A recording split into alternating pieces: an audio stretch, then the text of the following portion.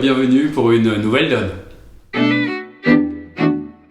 Sur la donne 34, étrangement qui ressemble comme deux gouttes d'eau à celle qu'on a vue la dernière fois, sur la donne 33, regardez bien la structure, il y a bien deux petits pics, il y a bien roi valet de cœur 3e, il y a bien roi dame valet de carreau 6e et le petit doubleton à trèfle. Alors vous allez me dire, mais c'est la même. Non, ce n'est absolument pas la même séquence, même si c'est exactement la même main. Il faut savoir que le partenaire, quand il a ouvert d'un pic et quand vous lui avez dit deux carreaux avec votre main et qu'il vous met deux cœurs, il peut avoir une main assez forte en points. On n'est plus dans la notion d'un bicolore économique et économique en points avec une zone 12-17, 12-17, 12-18, il pourra en avoir un peu plus. Pourquoi ? Parce que de toute façon, il sait très bien que vous vous engagez à reparler. Ça ne serait pas comme dans une séquence, un pic, un sans atout, deux cœurs. Je m'amuserais pas à le faire avec 20 points parce que je pourrais évidemment en rester là. Raison pour laquelle, sur un pic, un sans atout, je mettrais 3 cœurs pour montrer 20-23 points. Sur cette séquence ici, c'est un pic, deux carreaux, deux cœurs.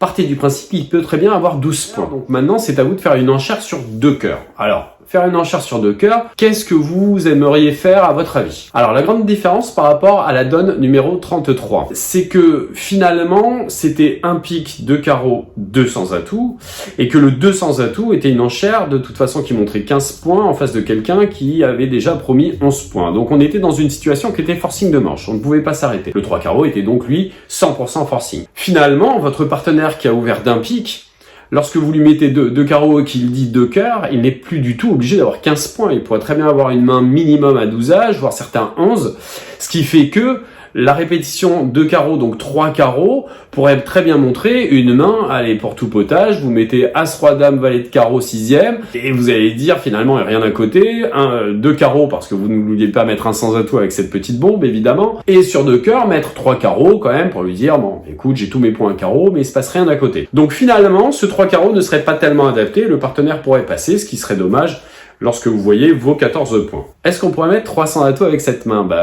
Je pense que la réponse, clairement, c'est non. Vous voyez ce que vous avez à trèfle, et je pense qu'il n'y a pas réellement de tenue lorsqu'on a un petit doubleton. Donc, qu'est-ce qu'il nous reste comme possibilité? Eh oui, c'est la fameuse 4e couleur, forcing, évidemment, comme son nom l'indique, et vous allez utiliser l'enchère de 3 trèfles. C'est le seul moyen pour que le partenaire ne passe pas. Vous voyez, vous mettez cette 4e couleur qui a jamais été nommée, donc on risque pas normalement d'aller jouer à trèfle. Et finalement, ça va ouvrir la porte à plein de contrats.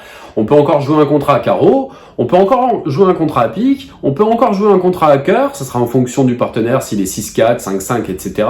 On peut encore jouer aussi 3 sans atout. Bref, tout reste ouvert. Le partenaire, il va se décrire le plus précisément possible en fonction de sa main, et vous jouerez évidemment le contrat optimal.